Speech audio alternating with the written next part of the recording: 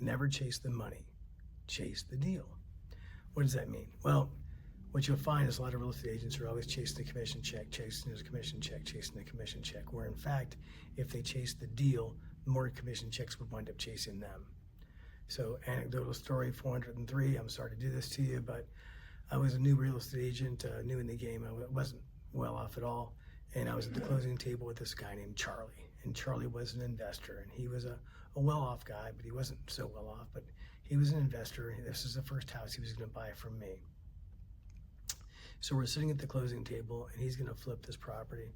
And we're at the table, and it turns out that there's an extra lien on the property that he wasn't aware of and I wasn't aware of. And this lien comes out, and it turns out the property wasn't going to be a viable purchase in my eyes. I'm sitting there looking at the closing sheet, and I'm looking at my commission check, or the commission on the HUD-1. And Charlie looks over at me and he says, "I don't know if this is that good a deal anymore." And he asked me what I suggest he does. And I said, "Charlie, honestly," and I'm thinking in my head, hey, I don't really know what to do right now. But I said, "Charlie, if I were you, I wouldn't buy this property." Now I'm telling you, I probably didn't have $1,000 in the bank at that time. And I said, "I wouldn't buy this property if I were you, Charlie."